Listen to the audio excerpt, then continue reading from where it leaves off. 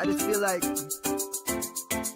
I've been around the block, ripping up fantasy stock, working around the clock. Look at the view from the top. Researching rookies a lot? No, I just be listening to pods. Yeah, one in particular, I'm just a messenger. Let me just pass on the rock. Browning, brunning, pruning, pronouncing ain't what he's doing. What he's doing is not losing, but infusing you with new things. And there's Dennis the Bennett, yeah. The man is a menace, yeah. Building a dynasty, some of the finest things. Promise you, you won't regret it. Sly as a fox, cultured in pop. Give him his props. Here is a thought, here is a box, and you cannot compare them at all. So don't even try. Careful with the news, but when you use a take, I take up Tony Fire. I mean Dyer, because anyone else is a huge mistake. Whoa, fantasy round table, fantasy round table, yeah. Fantasy round table. Come take a look at the crown, baby. Hey, fantasy round table, fantasy round table, woo. Fantasy round table. Come take a look at the crown, baby. Go. Hello and welcome to another episode of the Fantasy Football Roundtable Podcast. It is Monday and we are getting ready to talk running back rooms. But Dennis, both you and I, some interesting travel situations. Of course, it's raining here today and that means no one can drive. I was very excited to be sitting in 45 minutes of gridlock traffic 2 miles from home because of a big pileup. It sounds like you had your own adventures over the weekend. Yeah, I think you need to reflect on that time and use that time to meditate and to unwind from your busy day, after a nice stressful day of solving ID10T problems. I mean, that's true. It's finals week, so it's been a little it was a little quieter, but also a little more chaotic last couple of days of school. Our school year officially ends on Wednesday and then graduation Friday. So a lot of manic energy. I almost left like a half hour earlier and I probably would have missed this accident, or maybe I would have been part of this accident. So you never know. But I'm glad I made it. You is your optimism. I mean, that's just the way the work week is going. I'm glad I made it. I'm glad I can see you there, and I'm glad that we're talking running back rooms because there's some interesting running back rooms. We're going to do the first part of the NFC today, going 16-9, and we have a lot of similar thoughts here on the bottom half of the draw. Probably just because it's hard to go any other way. I'll be doing the same thing where I will read off the rosters so that everybody can see what we're talking about. But number 16, you and I have the same team. It is not a great season to be a running back room in the NFC East unless you live in Philadelphia. Our number 16 team, the Dallas Cowboys, on the roster. They signed Javonte Williams and Miles Sanders as free agents. They drafted Jaden Blue and Phil Maffa, and they still have Deuce Vaughn. Dennis, I think for me, the Dallas Cowboys running back room the last 4 years has steadily taken a step down almost every year. And as much as I love Javonte Williams, he's never really delivered on the promise. He's on a 1-year deal here. Sanders had some good years in Philadelphia, but was a relative non-factor in Carolina. Their room may actually have improved by them getting rid of Sanders and taking Dallas's former back, which we'll talk about later in this episode. But, they're both on 1-year deals. Jaden Blue maybe has some potential, but they didn't take him till the 5th. Maffa, a 7th round draft pick. It feels like they are just cobbling together a running back room again. Yeah, I want to believe. I do. I, like you, was a fan of Javonte Williams coming out. And well, I had Montgomery over Jacobs and Sanders when they came out. I had hoped that Miles Sanders would develop. It just seems like it takes him time to get acclimated to new teams. It took till about the 3rd year before he was settled in Philadelphia, and Carolina. He had injuries. It took him till his 2nd year there. And then they're like, yeah, we've seen enough. So I'm not hoping for a ton from him in Dallas, even with as close to a wide open backfield as I think we're going to see. Javonte Williams has some potential, but he hasn't ever achieved it. Jadon Blue, I think he's more of a receiving back. I don't think he's going to really pound it in there.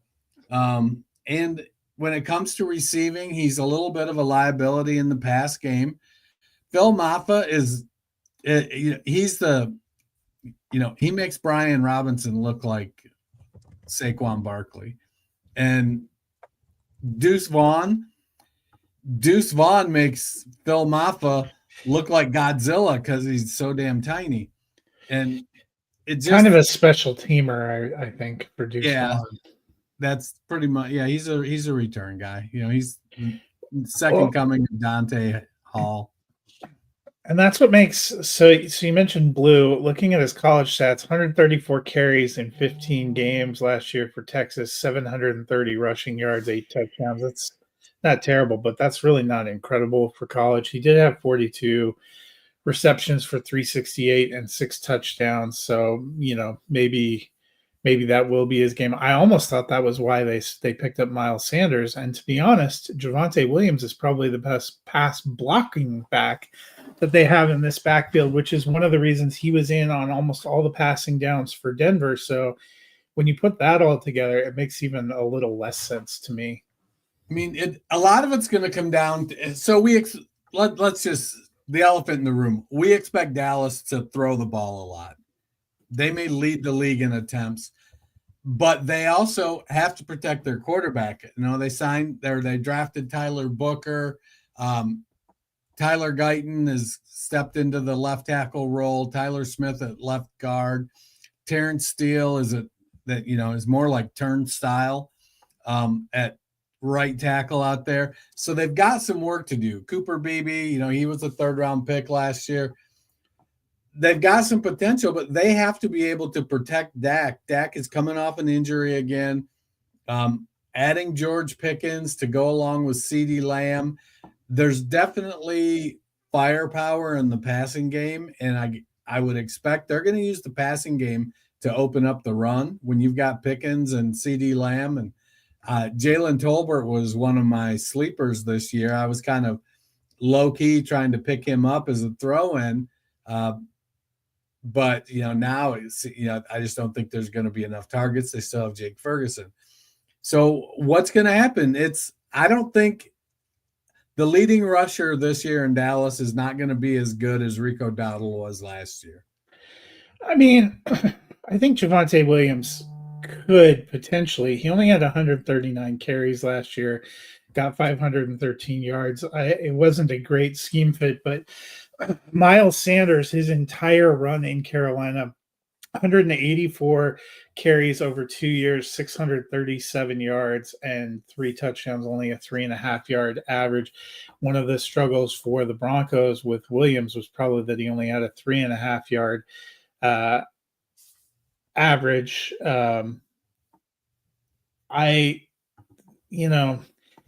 You mentioned the protection issues. That would be a question that I have. I think it's just going to come down to volume. Last year, I don't know if we thought Rico Dowdle was going to put up those numbers. I thought it was going to be more of a split between him and Ezekiel Elliott, but Elliott just looked so bad. Dowdle was basically the bell cow there.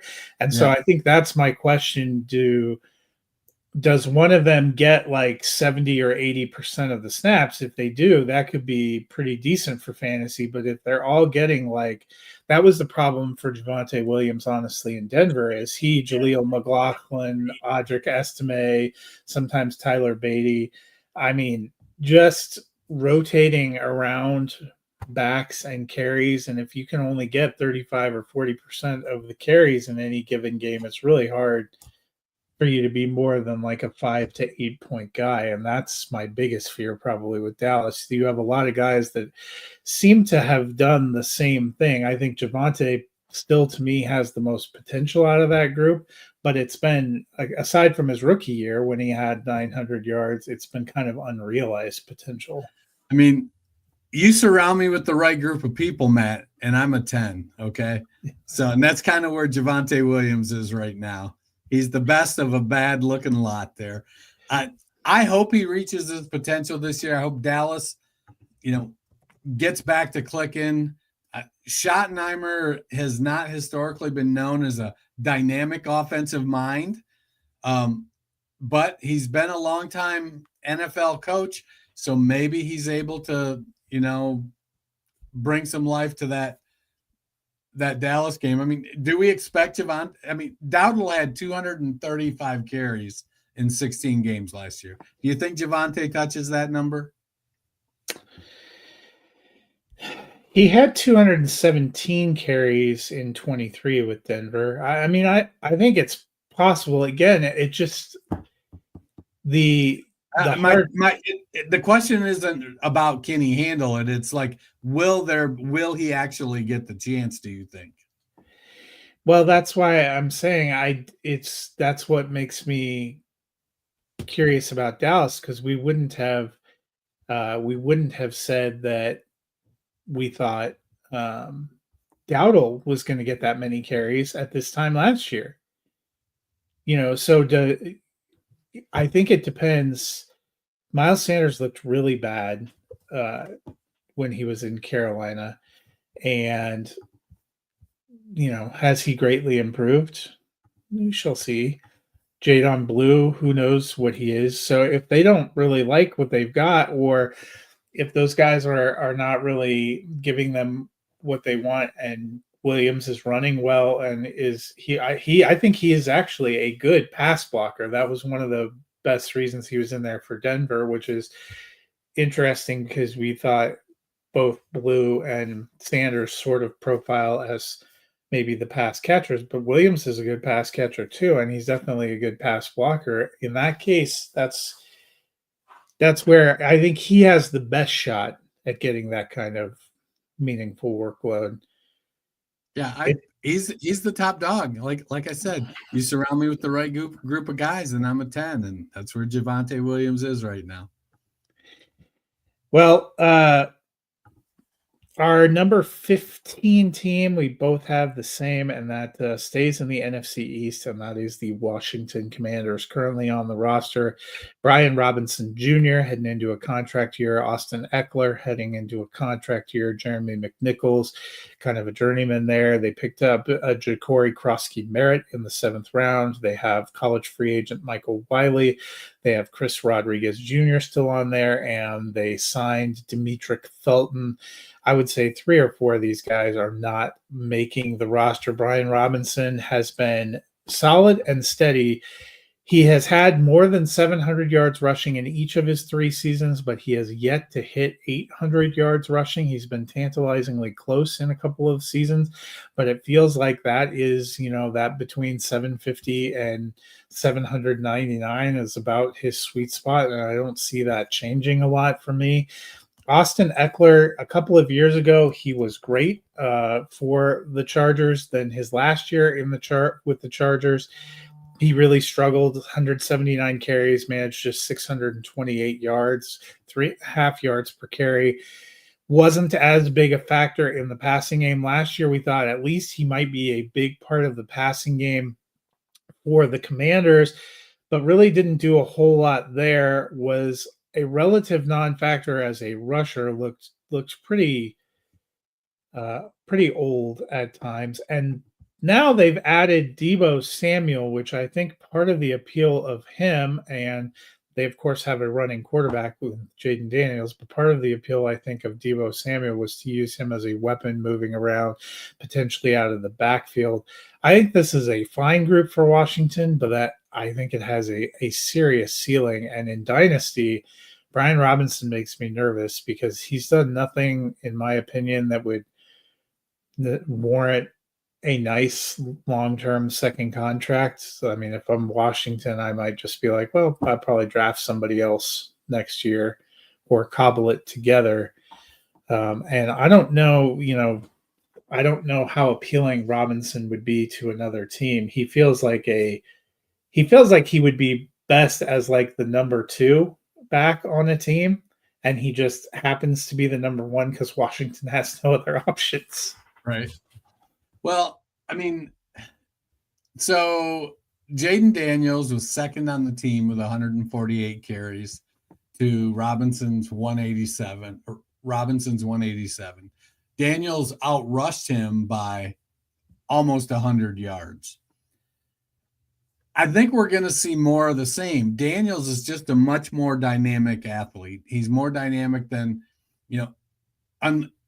the hope for Washington's in-house run game is that late round pick Ja'Cory Krosky Merritt develops into something. He's got decent size. He's a pretty good athlete. But, I mean, he was a 7th round pick, so 5'10", 208. You're not going to get handed a job. I mean, Robinson was what, a 4th round pick, I think? 3rd round pick? Yeah. In 22.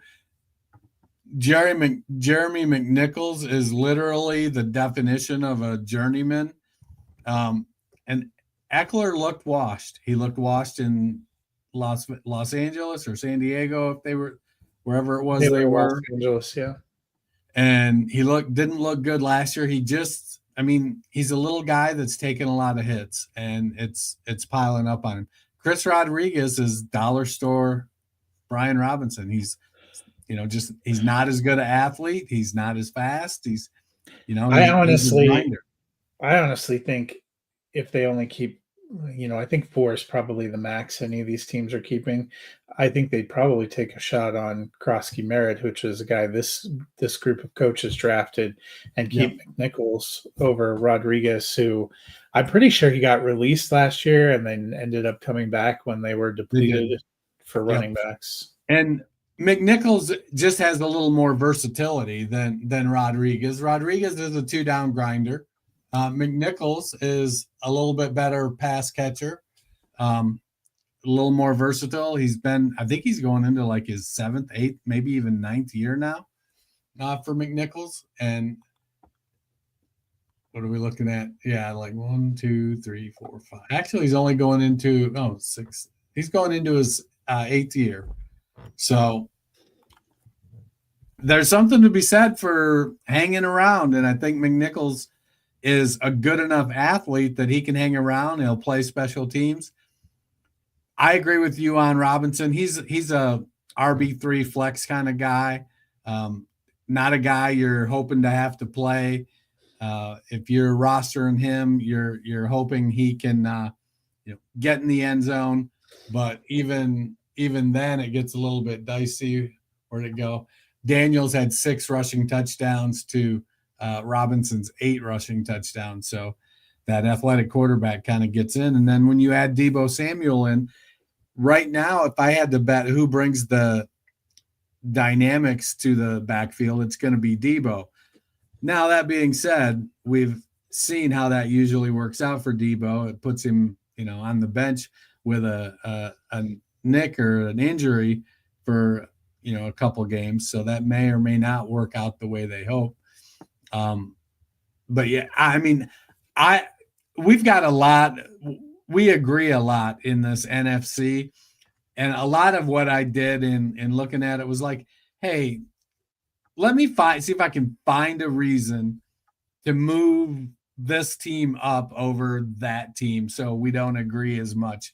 But there really isn't. I feel better about the Commanders' running game just because I know there's that steadiness of Brian Robinson, and we know what we've got in Austin Eckler and Jeremy McNichols. And I think Krosky Merritt may have more upside than Jadon Blue. And so for me, that kind of is where I come in with Washington over Dallas. Yeah, well, I think just, as much as I like the potential of Javonte Williams, Brian Robinson Jr. is the best back, period, among those two teams, or the one that's been the most consistent at least. And so Dallas has some potential, but Dallas, those poor Cowboys fans. We have the same number 14, also staying in the NFC East. And I swear I'm not trying to pick on the NFC East. These are just really sketchy backfields, and that is the New York Giants. They have Tyrone Tracy Jr., who led them last year. He had 839 yards on 192 carries, but was a fifth round draft pick. Devin Singletary, a free agent, has some experience with Brian Dable, is still there. They went and got Cam Scadaboo in the fourth round of this year's draft. They also have Eric Gray, Dante Miller, and Rashawn Baker. According to press, it seems like all three of those guys long shots to make the team. I wouldn't be surprised if they only kept three, and I wouldn't be surprised if Tyrone Tracy turns in a very similar season to what he had in last year, because I think Cam Scadaboo is going to get some run, may get some of the goal line work being a bigger back. Devin Singletary probably still going to be involved. So it just, to me, I thought they were an okay group, but I didn't think they were anything special, and that's why I still kind of have them here. Tracy, he had some flashes last year. He had some nice plays, but I almost still think Brian Robinson is the best running back of the three teams that we've looked at so far. It's not until I get to my team 13 that I move on to what I think is a better running back, individual running back. Yeah, I would disagree with you there. I think I would take Tracy and Scadaboo both over Brian Robinson. And this room, actually, you've got, the 2024 breakout in Tyrone Tracy, who is a pretty good pass catcher. He caught 38 passes last year.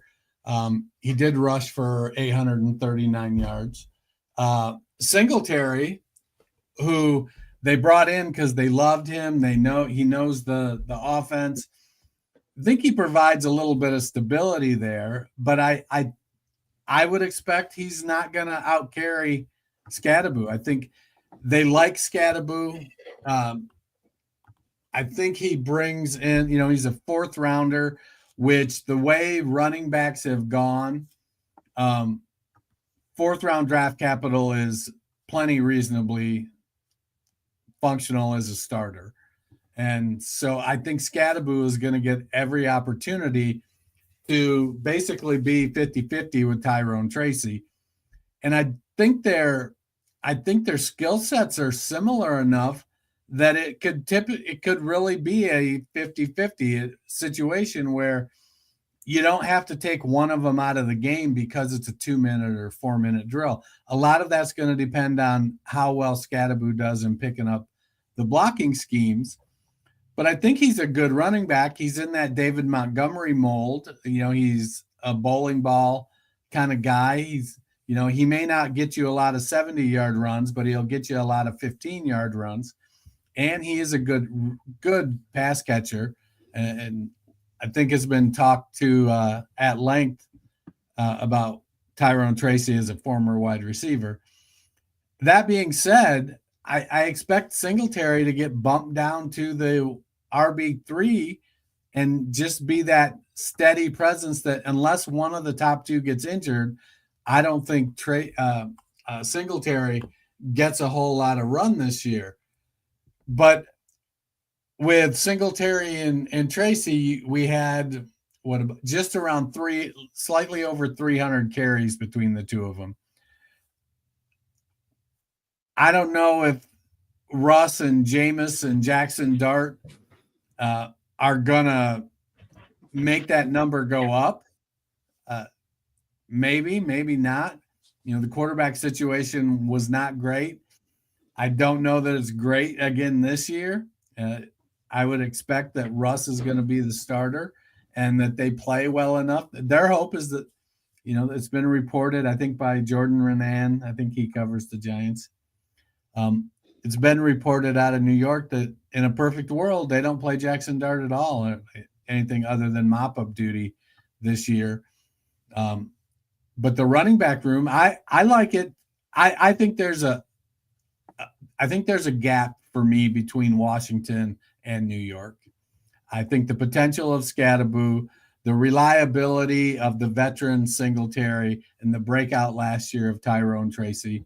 I like that group comfortably better than Washington and Dallas. Yeah, I mean, to me, it was easy to put Dallas at the bottom, but I think Washington and New York are a little closer for me.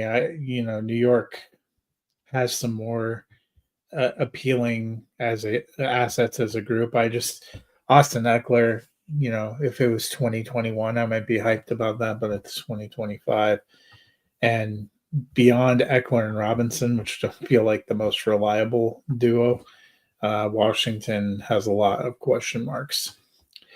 You and I have the same two teams at 12 and 13, but in a different order. So those two teams are the Arizona Cardinals and the Chicago Bears. Let me read off their depth chart. Chicago has DeAndre Swift, Roshan Johnson, Kyle Monanganai, Travis Homer, Ian Wheeler, and Dion Hawkins. Arizona has James Conner, Trey Benson, Amari DiMarcado, DJ Dallas, Michael Carter, and Bam Knight. You have the Cardinals at 13 and Chicago at 12. What was the difference between these two teams for you? So James Conner has a history, I guess it's probably a little overblown, but a little bit of a history of injury, a lot of which he plays through, and it does hamper his effectiveness a little bit when he gets injured. I like DeAndre Swift as a more dynamic back, a lot more explosive, can play all three downs.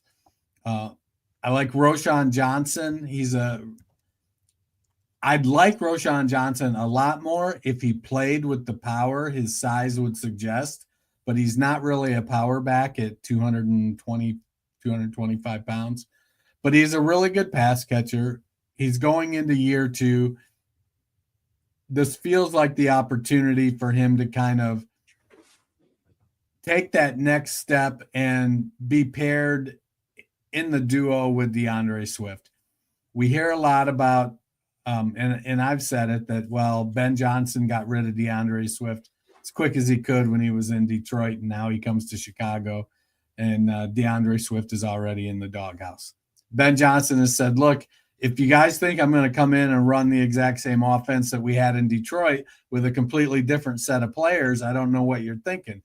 So he's going to try to structure this offense to what the team does within his offensive concept.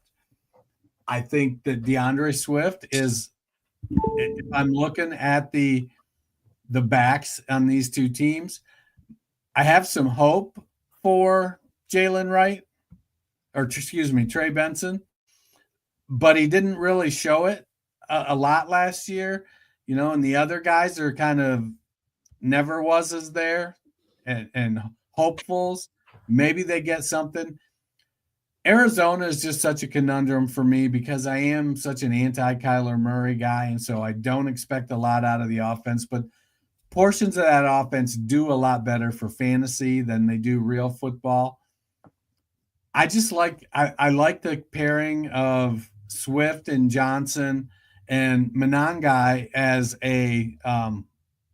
as kind of that. He's one of those bowling ball kind of bruiser backs, and he could potentially end up in that role. So I think that top 3 sort of has some established profiles or archetypes.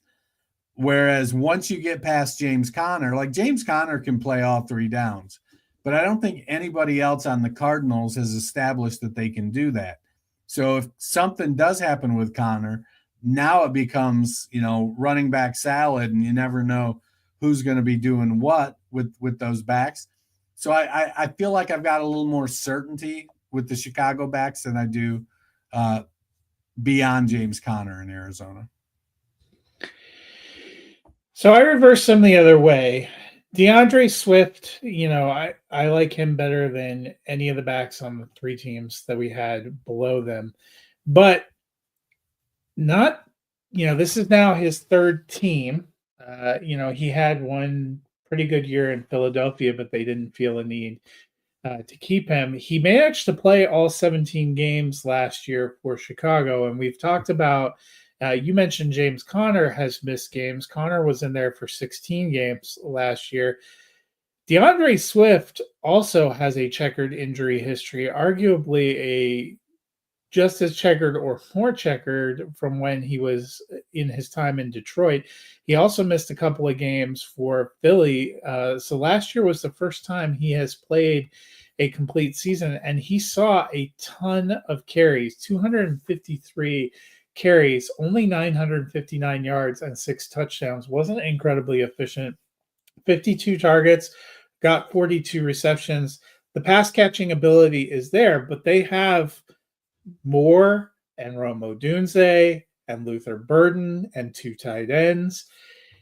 Roschon Johnson, we just have not seen anything. He had 55 carries last year, only 150 yards. And you talked about you hadn't seen that much from Arizona. James Conner actually had fewer attempts, 236, and more yards, 1,094, and 8 touchdowns, more touchdowns. He also had more targets, 55, and more receptions, 47, than DeAndre Swift. And Trey Benson didn't get a ton of opportunities, but 63 carries. He turned that into 291 yards and a touchdown, caught 6 passes. Amari DiMarcado on 24 carries actually had more rushing yards than Roschon Johnson with 223 and caught 16 passes out of 20 targets. I think Arizona, I don't think we think about the Cardinals that much. I know I don't spend a long time thinking about the Cardinals. And outside of Trey Benson or the jokes we get to make every year about Kyler Murray never hitting 4,000 yards, I don't think I really think about them that much. But when you look at the production that they had from a backfield that they are returning versus the production Chicago got from a backfield that they are returning, I think Arizona, that's what to me gives them a slight edge and a slight nod. I think both Connor and Swift are, a potential danger of missing games, but both of them were pretty durable last year, and Connor made more out of his opportunities with, fewer touches and more yards and more touchdowns on the ground and more opportunities in the passing game. There are a lot of mouths to feed in Chicago, and there are a lot of people that think Kyle Monanganai, who, even though I think he was a seventh round pick, might actually leapfrog Roschon Johnson. I liked that pick when they made it a couple of years ago, but we've consistently seen just nothing out of him to earn more opportunities. And 55 carries for 150 yards was not that impressive. We think a little bit more of it probably, or it got masked a little bit because he had 6 touchdowns because they probably used him on the 1 yard line a lot. And, maybe that'll help for fantasy, but I actually still think Trey Benson is a running back that I'm more interested in than any of what's behind Swift in Chicago. So that's why I had them reversed. Number 11 for both of us, the New Orleans Saints. And here we have probably our first case in the running back realm of a great number 1 in Alvin Kamara, followed by nothing but questions. And they have a lot of guys so far, 7 players in the backfield. They have Kendre Miller, Devin Neal, who is a 6th round pick this draft, Clyde Edwards-Helaire, who comes over here from Kansas City, Xavier Valade, Velus Jones Jr., who is a free agent they signed from Chicago, and Marcus Yarns. I wouldn't be surprised if maybe they keep 4 or 5 guys or 1 on a practice squad. But Kamara, I don't have any questions about him. Kendre Miller seemed to perpetually be in the doghouse the last 2 years. Maybe the best thing that happened to him is a coaching change. Devin Neal, an interesting prospect. I have to see. Clyde Edwards-Helaire, a former 1st round pick that just really never quite clicked. I like Kamara, but I think if Kamara went out, I'd be scared about this backfield, especially since they don't seem to be tracking to have much in the way of a passing game threat. Yeah. Devin Neal is probably the most interesting guy. Yeah, I'll pull up his college stats real quick. So he rushed for over 4,300 yards in 3 seasons, caught 77 passes. Yep. Or in 4 seasons, caught 77 passes in college. But he was over 1,000 yards each of the last 3, over 1,200 yards each of the last 2 for Kansas. So I could see him overtaking Kendre Miller, who he spent 2 years in the doghouse now, and it seems like he's always nicked up.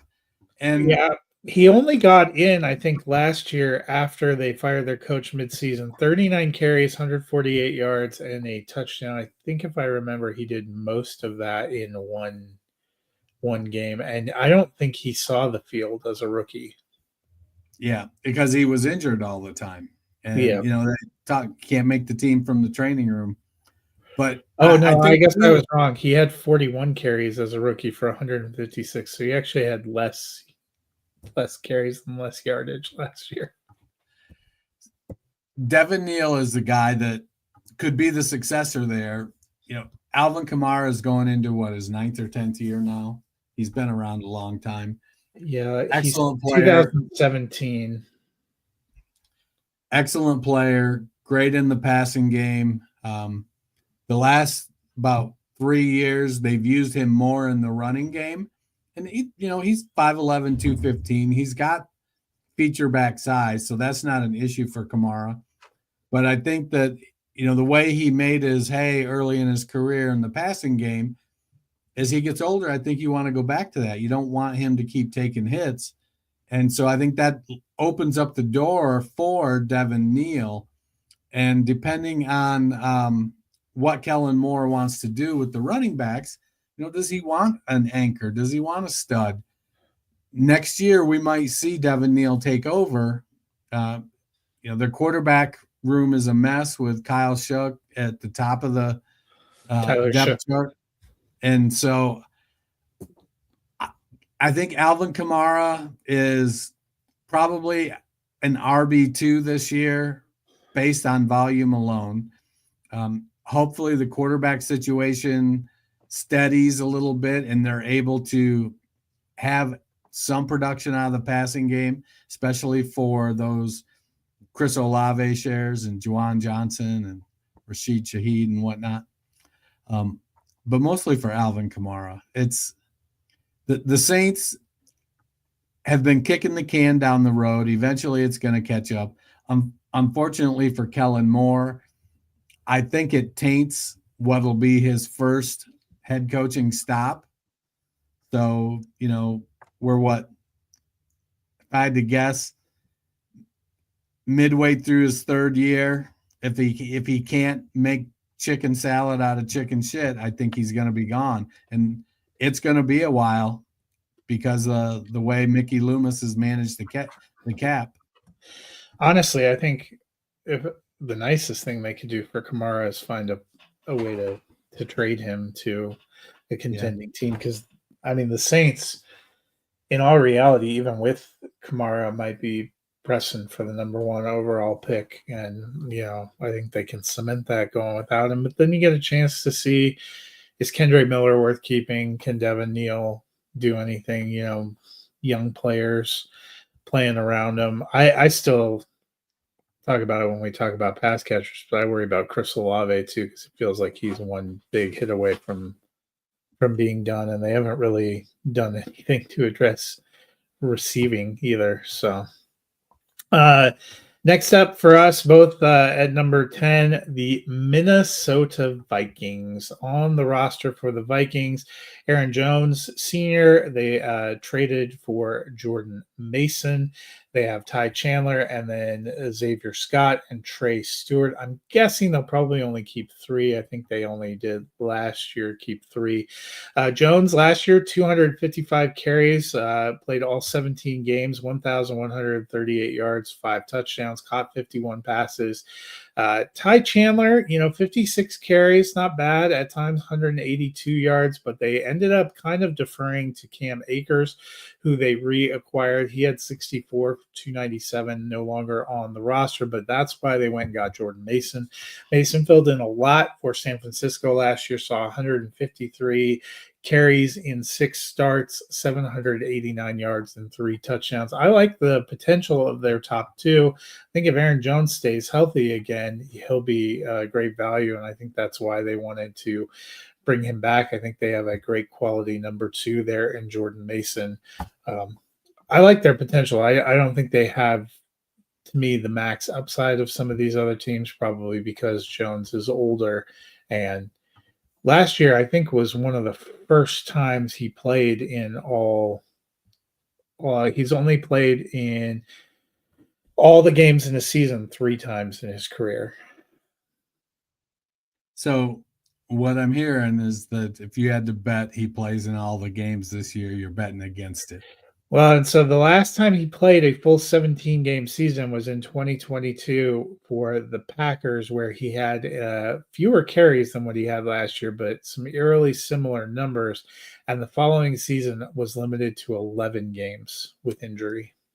Yeah, he's going to be 31 in December. I love Aaron Jones, very productive, but counting on him year after year can be a dicey proposition. That being said, Jordan Mason, his injury history is not without blemishes either. I like the acquisition of Jordan Mason. I definitely like him better than Ty Chandler. I agree with you. I think they're going to keep these top 3 and then try to, grab somebody and put on the practice squad.